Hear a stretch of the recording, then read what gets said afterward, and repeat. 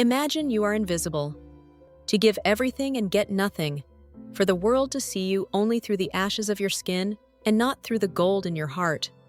But what if your very silence is where the magic begins? Welcome to the story of a girl who didn't wait for permission to shine. A story about kindness conquering cruelty. The story of a dream that comes true at midnight and lasts a lifetime. This is Cinderella the Little Glass Slipper. If you like heartwarming fairy tales, which restore faith in miracles and remind us that fate sees even the quietest subscribe to Channel I turn on the bell so you don't miss a single timeless story. Now make yourself comfortable and let the fairy tale begin. Once there was a gentleman who married for his second wife the proudest and most haughty woman that was ever seen. She had by a former husband 2 daughters of her own humor, who were, indeed, exactly like her in all things. He had likewise, by another wife, a young daughter, but of unparalleled goodness and sweetness of temper, which she took from her mother, who was the best creature in the world. No sooner were the ceremonies of the wedding over, but the mother-in-law began to show herself in her true colors. She could not bear the good qualities of this pretty girl, and the less because they made her own daughters appear the more odious. She employed her in meanest work of the house. She scoured the dishes, tables, etc., and scrubbed Madam's chamber and those of Mrs., her daughters. She lay up in a sorry garret upon a wretched straw bed, while her sisters lay in fine rooms, with floors all inlaid, upon beds of the very newest fashion, and where they had looking-glasses so large that they might see themselves at their full length from head to foot. The poor girl bore all patiently and dared not tell her father, who would have rattled her off, for his wife governed him entirely. When she had done her work, she used to go into the chimney corner and sit down among cinders and ashes, which made her commonly be called a cinder maid, but the youngest, who was not so rude and uncivil as the eldest, called her Cinderella. However, Cinderella, notwithstanding her mean apparel, was 100 times handsomer than her sisters, though they were always dressed very richly. It happened that the king's son gave a ball and invited all persons of fashion to it. Our young misses were also invited, for they cut a very grand figure among the quality. They were mightily delighted at this invitation, and wonderfully busy in choosing out such gowns, petticoats, and head clothes as might become them. This was a new trouble to Cinderella, for it was she who ironed her sisters' linen and plaited their ruffles. They talked all day long of nothing but how they should be dressed. "For my part," said the eldest, "I will wear my red velvet suit with French trimming." "And I," said the youngest, "shall have my usual petticoat. But then, to make amends for that, I will put on my gold-flowered manteau and my diamond stomacher, which is far from being the most ordinary one in the world." They sent for the best tire-woman they could get to make up their head-dresses and adjust their double-pinners, and they had their red brushes and patches from Mademoiselle de la Poche. Cinderella was likewise called up to them to be consulted in all these matters, for she had excellent notions and advised them always for the best. Nay, and offered her services to dress their heads, which they were very willing she should do. As she was doing this, they said to her, "Cinderella, would you not be glad to go to the ball?" "Alas," said she, "you only jeer me. It is not for such as I am to go thither." "Thou art in the right of it," replied they. It would make the people laugh to see a cinder wench at a ball. Anyone but Cinderella would have dressed their heads awry, but she was very good and dressed them perfectly well. They were almost 2 days without eating, so much they were transported with joy. They broke above a dozen of laces in trying to be laced up close, that they might have a fine, slender shape, and they were continually at their looking-glass. At last the happy day came. They went to court, and Cinderella followed them with her eyes as long as she could, and when she had lost sight of them, she fell a-crying. Her godmother, who saw her all in tears, asked her what was the matter. "I wish I could. I wish I could." She was not able to speak, the rest being interrupted by her tears and sobbing. This godmother of hers, who was a fairy, said to her, "Thou wishest thou couldst go to the ball. Is it not so?" "Yes," cried Cinderella with a great sigh. "Well," said her godmother, "be but a good girl. and I will contrive that thou shalt go." Then she took her into her chamber and said to her, "Run into the garden and bring me a pumpkin." Cinderella went immediately to gather the finest she could get and brought it to her godmother, not being able to imagine how this pumpkin could make her go to the ball.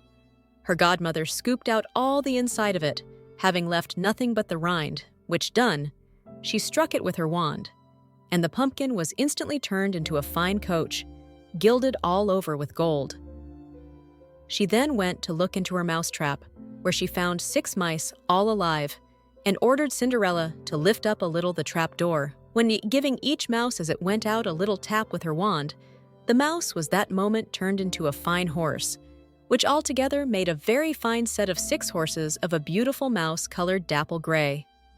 Being at a loss for a coachman, Cinderella said, "I will go and see if there is never a rat in the rat trap we may make a coachman of him." "Thou art in the right," replied her godmother. "Go and look." Cinderella brought the trap to her, and in it there were 3 huge rats. The fairy made choice of one of the 3 which had the largest beard, and having touched him with her wand, he was turned into a fat, jolly coachman, who had the smartest whiskers eyes ever beheld. After that, she said to her, "Go again into the garden, and you will find 6 lizards behind the watering pot. Bring them to me." She had no sooner done so, but her godmother turned them into 6 footmen, who skipped up immediately behind the coach, with their liveries all bedaubed with gold and silver, and clung as close behind each other as if they had done nothing else their whole lives. The fairy then said to Cinderella, "Well, you see here an equipage fit to go to the ball with. Are you not pleased with it?" "Oh, yes," cried she, "but must I go thither as I am in these dirty rags?" Her godmother only just touched her with her wand, and at the same instant her clothes were turned into cloth of gold and silver, all beset with jewels. Ah, who can describe a robe made by the fairies? It was white as snow and as dazzling. Round the hem hung a fringe of diamonds, sparkling like dewdrops in the sunshine. The lace about the throat and arms could only have been spun by fairy spiders. Surely it was a dream. Cinderella put her daintily gloved hand to her throat and softly touched the pearls that encircled her neck. "Come, child," said the godmother, "or you will be late." As Cinderella moved, the firelight shone upon her dainty shoes. "They are of diamonds," she said. "No," answered her godmother, smiling. "They are better than that. They are of glass, made by the fairies. And now, child, go and enjoy yourself to your heart's content." But her godmother, above all things, commanded her not to stay till after midnight, telling her at the same time that if she stayed 1 moment longer, the coach would be a pumpkin again, her horses mice, her coachman a rat, her footmen lizards, and her clothes become just as they were before. She promised her godmother she would not fail of leaving the ball before midnight, and then away she drives, scarce able to contain herself for joy. The king's son, who was told that a great princess, whom nobody knew, was come, ran out to receive her. He gave her his hand as she alighted out of the coach, and led her into the hall among all the company. There was immediately a profound silence. They left off dancing, and the violins ceased to play. So attentive was everyone to contemplate the singular beauties of the unknown newcomer. Nothing was then heard but a confused noise of, "Ha! How handsome she is! Ha! How handsome she is!" The king himself, old as he was, could not help watching her and telling the queen softly that it was a long time since he had seen so beautiful and lovely a creature. All the ladies were busied in considering her clothes and headdress, that they might have some made next day after the same pattern, provided they could meet with such fine materials and as able hands to make them. The king's son conducted her to the most honorable seat and afterward took her out to dance with him. She danced so very gracefully that they all more and more admired her. A fine collation was served up, whereof the young prince ate not a morsel, so intently was he busied in gazing on her.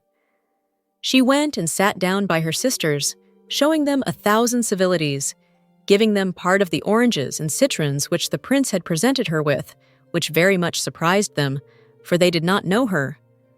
While Cinderella was thus amusing her sisters, she heard the clock strike 11 3/4, whereupon she immediately made a courtesy to the company and hastened away as fast as she could. Being got home, she ran to seek out her godmother, and after having thanked her, she said she could not but heartily wish she might go next day to the ball, because the king's son had desired her. As she was eagerly telling her godmother what had passed at the ball, her two sisters knocked at the door, which Cinderella ran and opened. "How long you have stayed!" cried she, gaping, rubbing her eyes, and stretching herself as if she had been just waked out of her sleep. She had not, however, had any manner of inclination to sleep since they went from home. "If thou hadst been at the ball," said one of her sisters, "thou wouldst not have been tired with it. There came thither the finest princess, the most beautiful ever was seen with mortal eyes. She showed us 1,000 civilities, and gave us oranges and citrons. Cinderella seemed very indifferent in the matter. Indeed, she asked them the name of that princess, but they told her they did not know it, and that the king's son was very uneasy on her account, and would give all the world to know who she was." At this, Cinderella, smiling, replied, "She must, then, be very beautiful indeed. How happy you have been! Could not I see her? Ah, dear Miss Charlotte, do lend me your yellow suit of clothes, which you wear every day." "Aye, to be sure," cried Miss Charlotte. "Lend my clothes to such a dirty cinder-maid as thou art? I should be a fool." Cinderella expected well such answer, and was very glad of the refusal, for she would have been sadly put to it if her sister had lent her what she asked for, jestingly. The next day, the two sisters were at the ball, and so was Cinderella, but dressed more magnificently than before.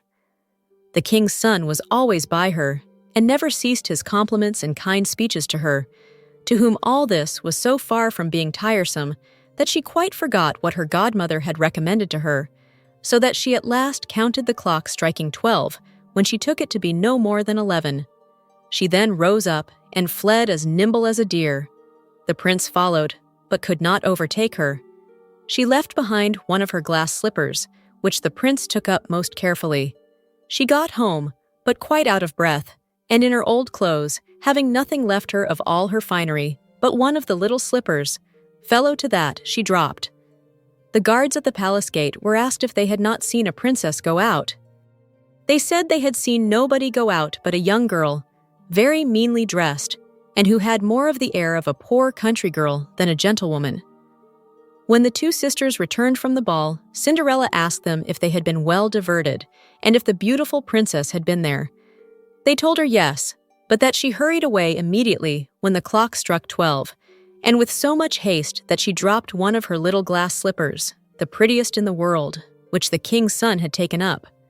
That he had done nothing but look at her all the time at the ball, and that most certainly he was very much in love with the beautiful person who owned the glass slipper.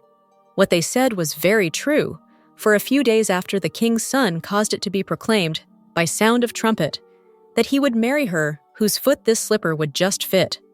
They whom he employed began to try it upon the princesses, then the duchesses, and all the court, but in vain. It was brought to the two sisters, who did all they possibly could to thrust their feet into the slipper, but they could not effect it. On the following morning, there was a great noise of trumpets and drums, and a procession passed through the town, at the head of which rode the king's son. Behind him came a herald, bearing a velvet cushion, upon which rested a little glass slipper. The herald blew a blast upon the trumpet, and then read a proclamation saying that the king's son would wed any lady in the land who could fit the slipper upon her foot, if she could produce another to match it. Of course, the sisters tried to squeeze their feet into the slipper, but it was of no use. They were much too large. Then Cinderella shyly begged that she might try. How the sisters laughed with scorn when the prince knelt to fit the slipper on the cinder-maid's foot.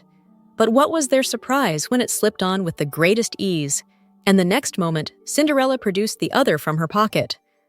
Once more she stood in the slippers, and once more the sisters saw before them the lovely princess who was to be the prince's bride. For at the touch of the magic shoes, the little gray frock disappeared forever, and in place of it she wore the beautiful robe the fairy godmother had given to her. The sisters hung their heads with sorrow and vexation, but kind little Cinderella put her arms round their necks, kissed them, and forgave them for all their unkindness, so that they could not help but love her. The prince could not bear to part from his little love again, so he carried her back to the palace in his grand coach, and they were married that very day. Cinderella's stepsisters were present at the feast, but in the place of honor sat the fairy godmother. So the poor little Cindermaid married the prince, and in time they came to be king and queen, and lived happily ever after. And so Cinderella, the girl of ashes and silence, became queen not because she wore a glass slipper, but because she carried a pure heart. This story teaches us that true beauty does not come from dresses, that magic comes to those who stay good even when the world breaks them down, and that no suffering is in vain if you don't stop believing. Maybe you're not at the ball today. Maybe you're still cleaning the ashes from your life. But remember, midnight always comes. If this story brought you peace, hope, or a smile, leave a like, write in the comments what Cinderella means to you, and don't forget to subscribe to Channel I turn on the bell because there are many more fairy tales waiting for you that will remain forever in your heart. Thank you for listening. Good night, and may your dreams be magical.